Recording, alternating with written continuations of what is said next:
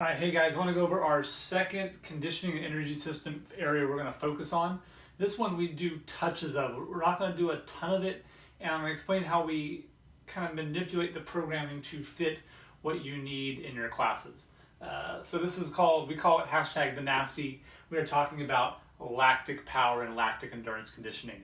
Other terms you hear is the glycolytic pathway, glycolysis, or just pain is a good way to think of that. So we had gain on the front end of our high output conditioning. This is the nasty. It's got to hurt. You really have to do that. It's characterized by hard, painful intervals. You saw before high output, the arrow was up. We're trying to make gains and increase the ceiling. This one, it's coming down. It is not sustainable. These intervals should not be easy repeats all day. That's not right. That's why we say you cannot keep going at that pace, and you need to earn your rest. Right? So those are very important factors here. That you should not be able to just keep this pace up for a while. No way, not if you're doing this right, because the way your body's burning its CP and it's turning into other parts of your body. We're not going to get into the Krebs cycle in this video, but maybe soon. But you should have to earn your rest so you can get some fresh oxygen and fresh energy into your body to replenish and to clear out some lactate. There's a couple types here.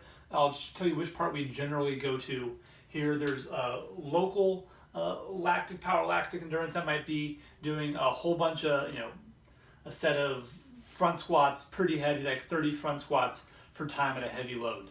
Yeah, technically what's happening in your body, the energy system is being tapped into, but what I really like to program for facilities especially is systemic lactic power and systemic lactic endurance. That means your whole body just feels like it's about to almost break down versus local muscle endurance. For that, we end up doing a lot of hypertrophy work, sarcoplasmic hypertrophy, and areas there. So we really do focus on more like the Fran cough, where you're like, man, I just can't get enough oxygen in to keep going at this pace, and I have to slow down, versus my quads, I need to shake it out. So that's where we're going to be going here. A note to have first, lactic power and lactic endurance, really we're talking anywhere from about 1 minute to 5 minute range, 1 minute to 7 minute range for what our purposes are here. Your ability to express power is going to be the big limiter for this. So for new people, a lot of times they'll say, I didn't get it. Well, we rest so long. Well, guess what? If someone deadlifts only 100 pounds, and that means their power clean, let's say their power clean 70 pounds, right? And that power clean would be strength, speed, capacity. Their strength, speed, endurance now is going to be about 60 some pounds. And now to do enough reps here to get the lactic interval going without stopping, because we can't do one and dump. That's our CP system, right? That's our strength, speed, endurance work there relative to our CP battery. To get this, generally we're doing speed, strength, endurance, and absolute speed endurance in a hard combination. So it might look something like 15 hang power cleans at 40% of your max unbroken, plus 10 burpees as fast as you can. Right? It might take 45 seconds for that, but you're going hard. But if someone's like, hang power clean, coach, watch my form, how am I doing? Hang power clean. You see how the neural impact isn't there, the metabolic impact isn't there, and because they can't express the power to overload their system in the way we need them to. That's why new athletes have trouble. So a lot of times for this type of stuff, we will either reduce the rep range for them, that they're not going to really be able to express it, or we'll reduce the implement. So we'll give them like a slam ball, and I love slam balls. I think everyone should have them for their facilities. Wall balls don't work good because they fall apart, but they can do it. They don't have to think. Boom, slam the ball again, slam the ball fast, and then go on the other part and into maybe like an air bike or something for them where they can try and express some power. So that is some forewarnings on this. Generally, we are working speed, strength, endurance, and absolute speed endurance here. We want to stay away from local muscle endurance. So things like, if you did 15 power cleans, 10 tricep pull downs, and air bike, it wouldn't work, right?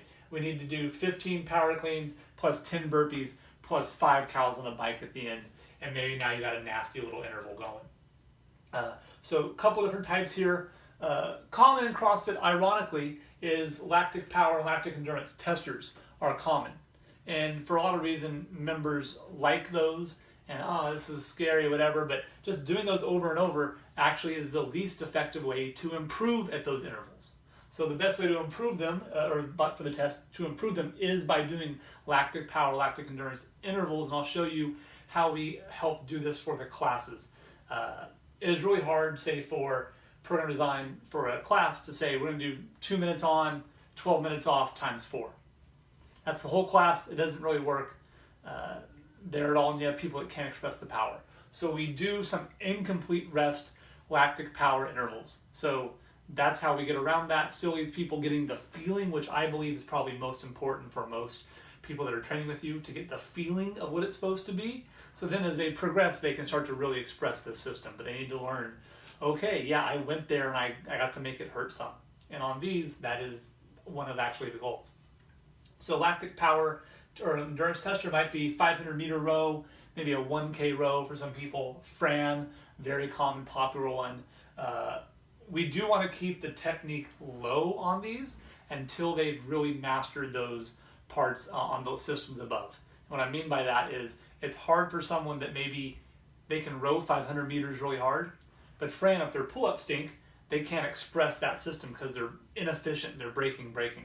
So I need someone to have, let's say, 45 unbroken chest-to-bar pull-ups or so before I think they could do Fran really well with just kipping chin over bar. And I need them to have their thruster like 250 pounds or so to be able to do this really well in like a 2-minute range, 3-minute range.